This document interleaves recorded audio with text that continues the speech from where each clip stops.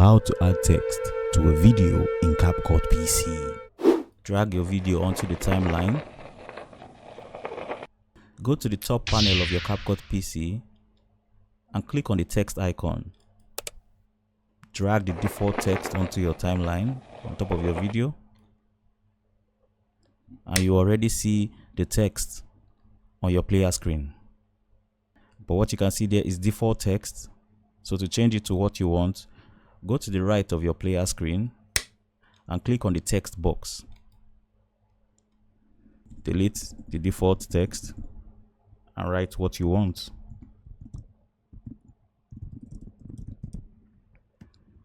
Now, as you can see, it's white and it doesn't really match my video. So to change the color, go to below the text box to where color is, and the color is changed. I want to add a background to it so that the text can be more visible. Scroll down to where you have background, tick the background box, and as you can see, there's a background of black now, but I want to change the color of the background to lemon.